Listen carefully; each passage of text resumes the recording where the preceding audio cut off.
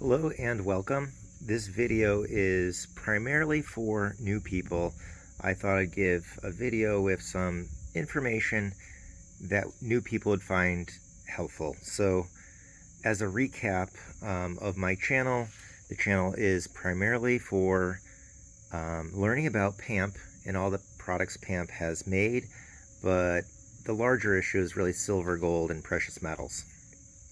So far, I have 176 subscribers, so thank you so much if you have done so.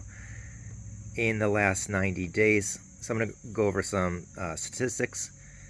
In the last 90 days, there were over 5,000 views. In the last 90 days, there were over 3,000 unique viewers and 139 hours of watch time. And as far as the viewers go, the breakout is 82% were men, 18% women, and 32% were from the United States. 2/3 of the viewers that watch this channel are actually not subscribed, so that's not entirely unusual. It's pretty common for channels not to have everybody that watches be a subscriber, but if you do watch this channel and enjoy the content, please do consider subscribing.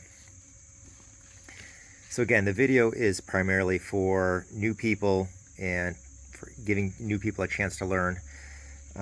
There's always new people getting into precious metals, so I think that's something that's important not to forget, that we can talk and go over information that might be a little too advanced. I would recommend, if you get into PAMP, to pick a focus. So, or you probably already did.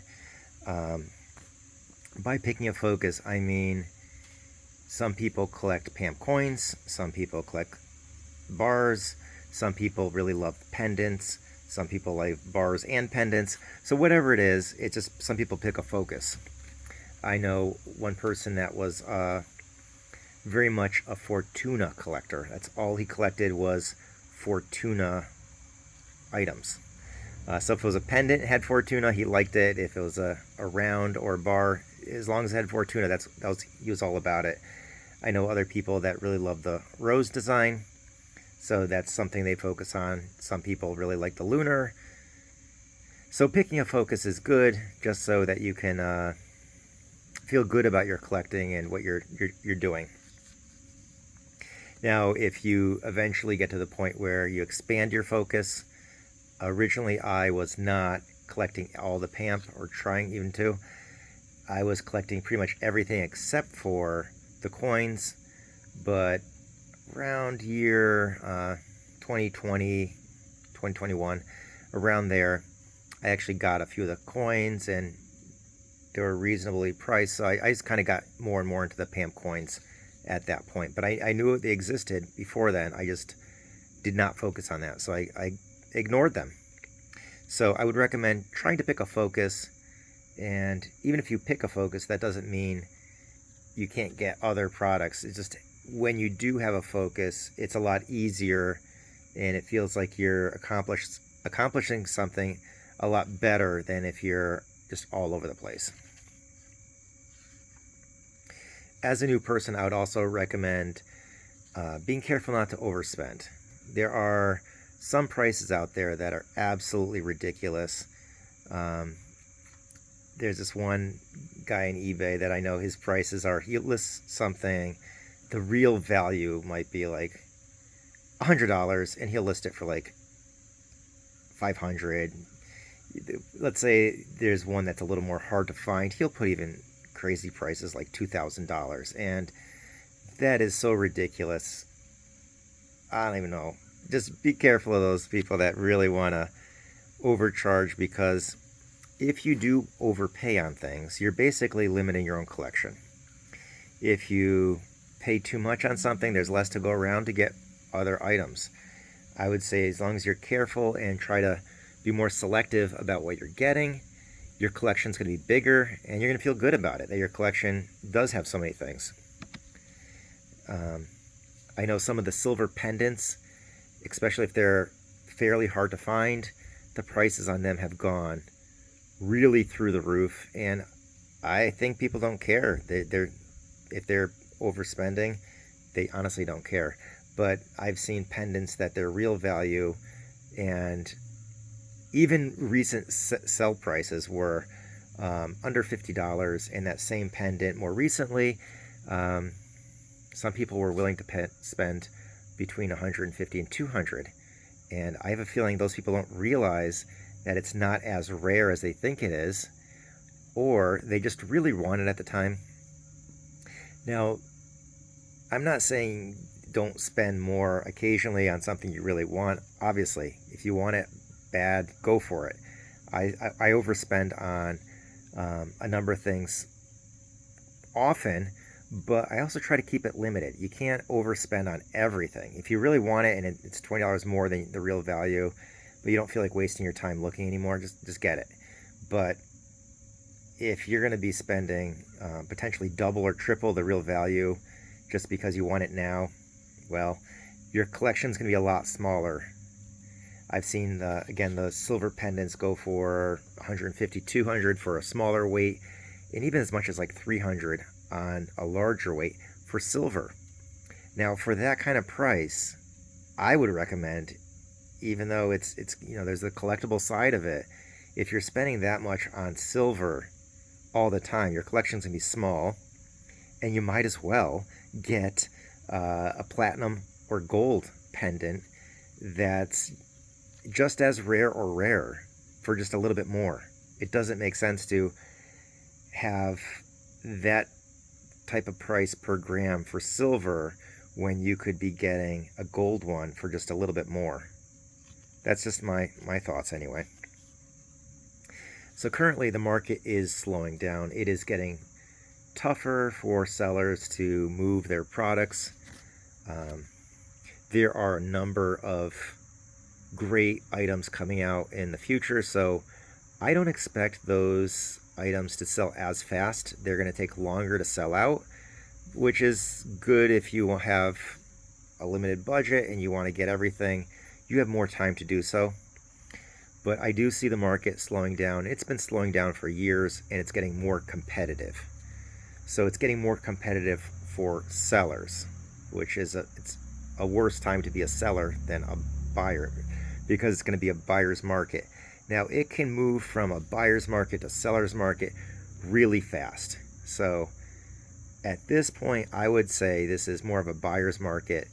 More things are coming available that are interesting. So as long as you have the funds at the time, you're going to have a better opportunity to buy stuff that's really good. Now, I recently was asked a question, I want to say this a few days ago, about the lunar gold bars. So PAMP made their lunar designs. The first lunar series just came to a close a little over a year ago. And for lunar, PAMP made in silver, there was the 10 grams, there was the 1 ounce, and they also made 100 ounces for quite some time, and then they discontinued it. So the last few do not have the 100-gram size. For gold, they made 5 grams and 1 ounce as their primary ones. I did also see 100-gram gold lunars out there, and toward like the middle of when they were making this, they also made these multi-card 1-gram lunar, and I want to say they also discontinued that line. So the 5 grams, this is where the question comes in that came to me. For the 5 grams, when the series came to a conclusion, PAMP re-released all of the 5-gram gold bars as a set. And the assay card was a little different. The original release had the year on the bottom.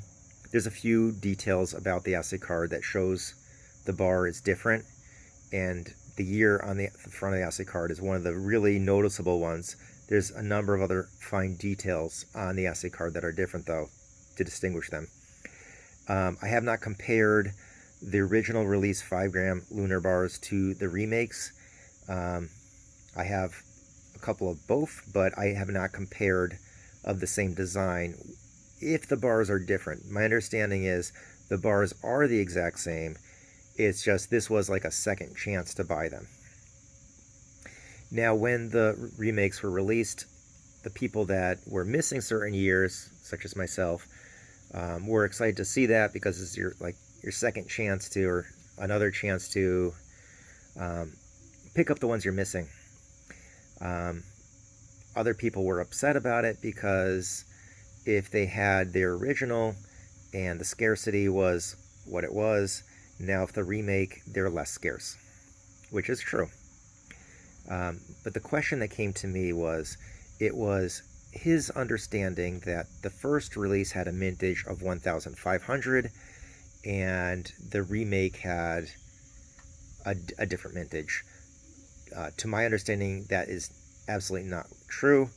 He showed me a screenshot of a website and he was saying that 1,500 was the original. I can tell you for a fact I have some of the 5 grams for the original release that are higher than a mintage of 1,500, so that is absolutely not true. If anything, it's likely the remakes had a mintage of 1,500. That would make sense. Regardless of what the actual mintage is, the fact that PAMP made more was a little upsetting to him and some other people because the value might not be there quite as much if they keep remaking things in the future.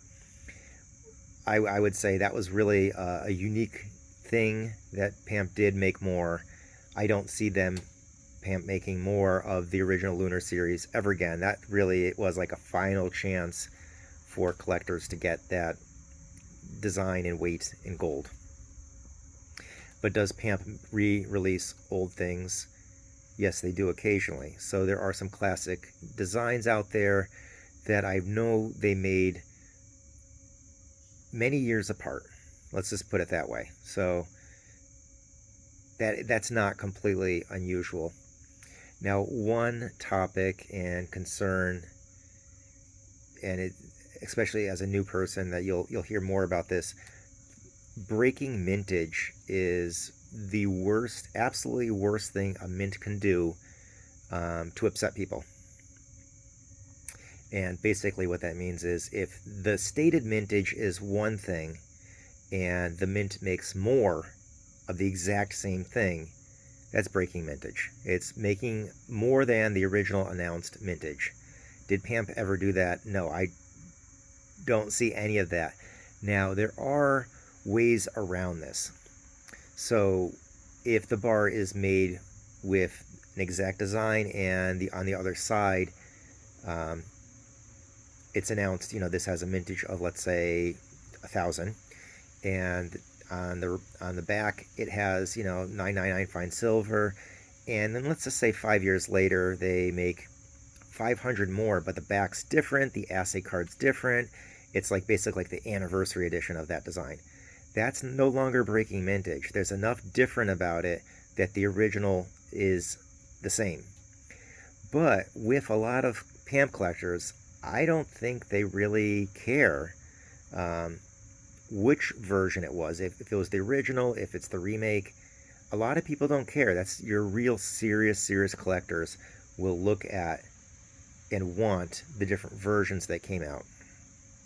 Most people, as long as they have that one design, they're happy with it. But will they be breaking mintage if they make more? As long as there's a number of things that are different about it, it's no longer breaking mintage. A lot of the PAMP bars actually don't have a stated or announced mintage as well. So you can't break mintage if the mintage was never announced. Like Fortuna, no one's saying that they're only going to make so many. That design, for a fact, will be made and remade for many years to come on many different weights, shapes, sizes, and so on. That design is not going away anytime soon. So a good example I can think of, there was a few years ago, the Rosa design was made on a 5-gram platinum bar, and it was stated the mintage is 1,000.